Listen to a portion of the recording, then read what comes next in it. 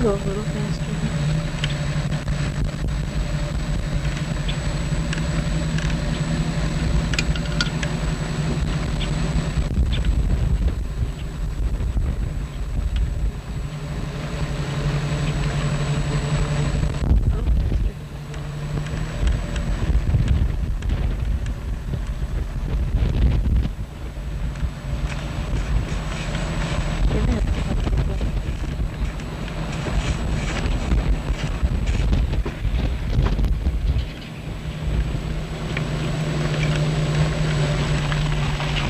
Drive right straight up in.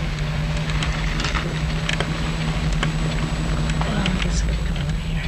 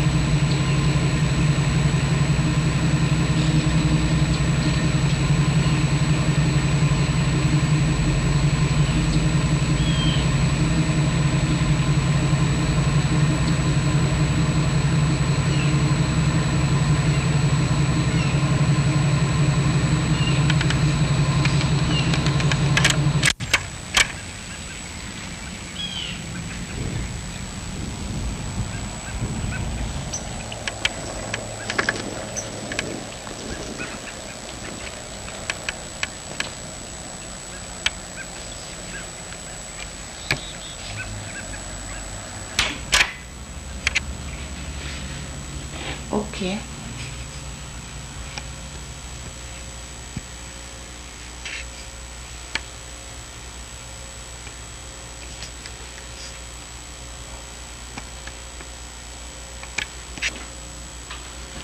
My name is Billy Blackwell. I'm the director of the Ojibwa Cultural Resource Center, which is a state of Minnesota Title IV ESEA project here in Grand Portage. And our project began about 2 years ago, and it tries to answer the needs, or the question of fact that there is not much or any Indian materials that are really being used in the school, our local school district, that have been developed that reflect the culture and history of the Anishinaabe or the Ojibwa people. And so we in our project try to do a number of things. The first being we try to develop curriculum materials which can be used in the classroom here in the classrooms in the Cook County School District. We work primarily in the elementary level, and we also do some work in the high school. But in our first year, we did a lot of research, set up the office, did a lot of research, and got ready to do 3 curriculum materials for the second year. And then a little bit later we'll talk about some of those materials. But I guess in the first year we had to set up some type of a method of determining what we did want in the classroom and how to go about getting it developed. I was lucky enough that I do speak Ojibwe, and I am an Ojibwe travel member of this band, so that I could go to some of the people and start talking about the stories and the history to be used in curriculum matters. We also visited the classrooms, the elementary classrooms, each classroom at least one time, some of them 2 and 3 times, in working with the children in the whole county to prepare them for materials that would be coming into their classroom. We also teach, in our beginning, our 3rd year of the Ojibwe language here on the Grand Portage Reservation at the log school elementary cabin, or elementary schoolhouse, where we do teach the Ojibwe language. And that language is taught to the 1st through 6th graders around 4 hours a week. And I guess the whole philosophy behind what we're doing is that we feel that is a primary need and that is very important for our children and for non-Indian children to learn about the history and culture of our people, the Ojibwe. Mio Minik. First part.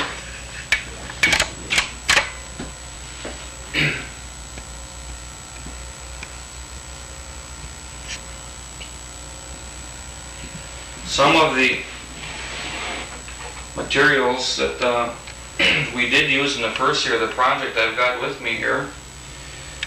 And we were fortunate enough that with the language project, the State Department at the University of, or the State Department at the Minnesota Education Department did develop an Ojibwe language book, a unit, which is available to school districts for free along with cassette tapes of this unit that we do use in the community here. In our language courses, we also use a number of mimeograph sheets and language masters with local dialect. So this is the Ojibwe language course that we do use here. Once more. Okay. Do that again? Yeah, just hold the book up. Okay.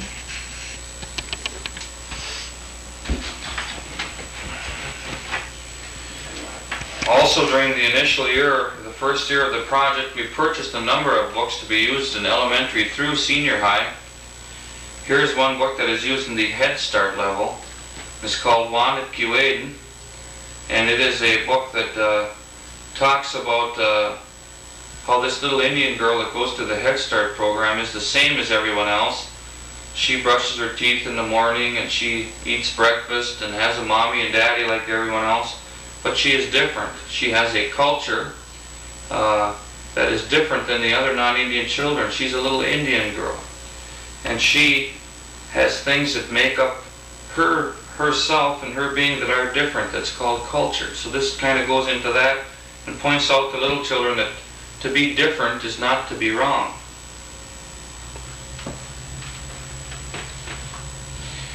We have many books here and materials at the Ojibwa Cultural Resource Center. Here is a favorite of some of the younger kids. It's called the Indian 2 Feet series. Indian 2 Feet and this horse and the eagle feather, Indian 2 Feet and the wolf cubs, the bear, many different things.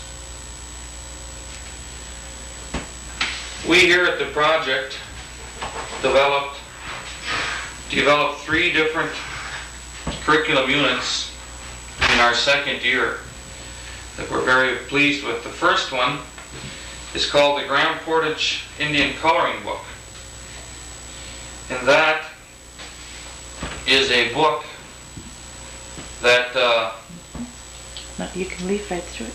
Yeah. okay, that is a book that contains a number of bits of information about the area and about Ojibwe people in general. And it talks about the culture, the history, and things that are very relevant to us right here in Grand Portage and in the county. Names, places that kids every day pass by on the highway, rivers, lakes, and mountains that ring out with the familiar names of our Ojibwe people, of stories and forgotten moments from long ago that we believe should be part of their everyday learning. With this coloring book comes a teacher's guide that has many different objectives and classroom activities in it to supplement the coloring book. The coloring book is used in the elementary schools right now in approximately 6 or 7 different districts. And the teacher's guide contains some, like I say, many different activities, geography work, spelling, many different things, vocabulary, and different field trips and activities. So that is the Grand Portage Coloring Book and Teacher's Guide.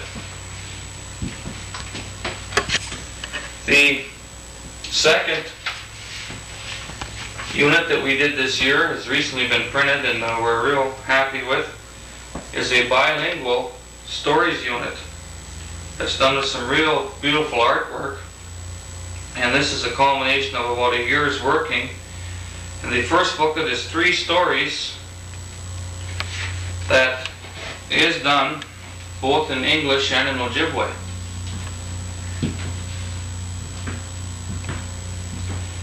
And this was the work of many resource people, reading specialists, and the old people, the elders telling the story, the Ojibwe reading specialists helping us with the translation work, and some people from the university.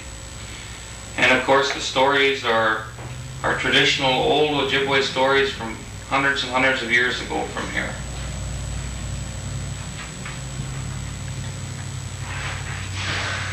These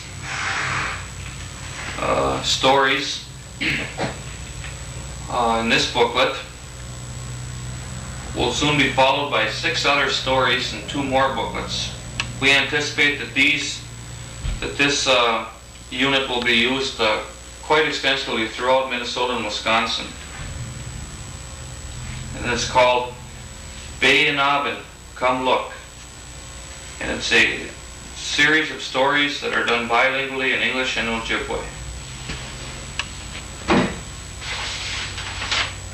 The third unit that we did this year is a unit to familiarize students with the Ojibwe language. Here you see a young girl at the Grand Portage school here working on a language master. And this booklet does not set about to teach students the language, but to teach them facets of the language and teach them about the language. It talks about the Ojibwe people, a map of the different disbursements of the Ojibwe. It talks about the different tribes that speak a language much like the Ojibwe. And the book then goes into a number of things about the language with classroom activities, pictures, names for members of the family, the chief here in Grand Portage, to names of 25 different cities and towns in the state of Minnesota with their Indian names in Ojibwe. Also going with this particular unit is a classroom poster counting in Ojibwe, different names of things that go along with the booklet. A cassette tape is also a part of this particular unit that talks about the different activities for this unit. The words are pronounced, and some classroom drills, language drills, are also used along with this booklet. So that is the third unit that we did this year to complete our objectives for the second year, that 3 units would be developed. Here is a picture of some of the originals of the artwork. See some of the beautiful artwork that was done. We also have on tape here many of our elders from the community in a cassette tape library who are telling stories, biographical sketches, and answering questions that the community has as what really went on long ago. Questions as varied as from who settled disputes to particular towns, villages, such as the mouth of the Pigeon River where the Indian people used to live, where they live no longer, to when the flu hit here at Chippewa City near Grand Marais in 1909, the effect of the people upon the flu epidemic, to many different things that we are delving into here in recording the history and culture of our Ojibwe people for classroom use.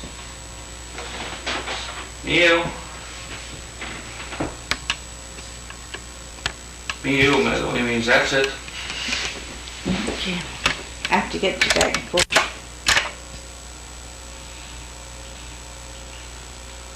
Okay, I'd like to talk a little bit about what we're doing here in Grand Portage with the project.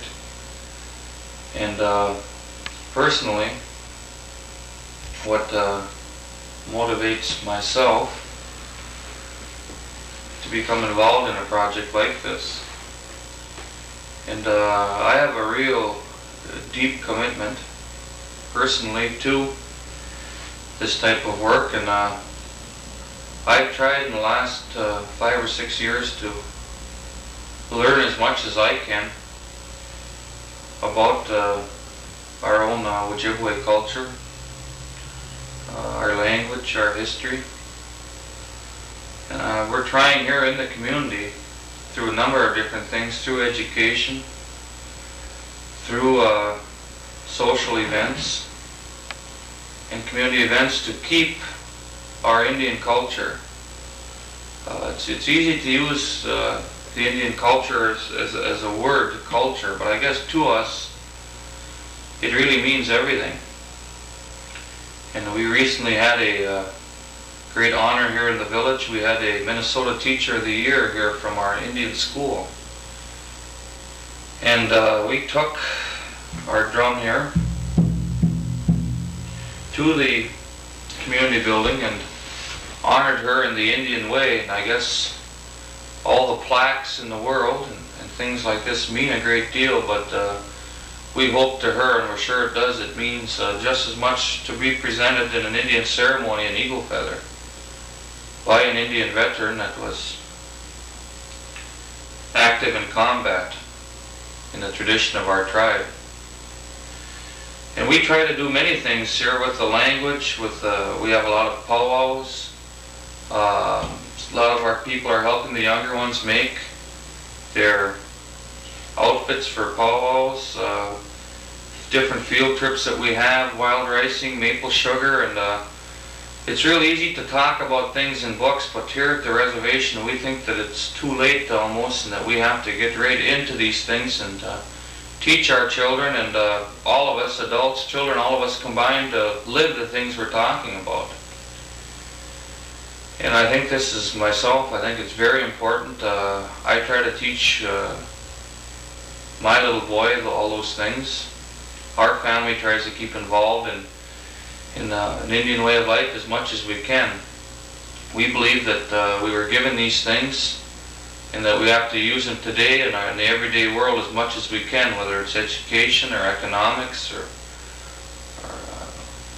any tribal programs. We think that we have to keep our Indian way of life. So this is what we're trying to do in our programs, and with the Ojibwa Cultural Resource Center. We're trying to develop materials, provide the Ojibwa language classes, and just keep up the traditions of our tribe today in education. And I'm real proud of the fact that I think we are doing a good job of it. And in the future we're going to try to produce more materials and try to continue the community events that mean everything to us, our Indian way of life. Miigwech.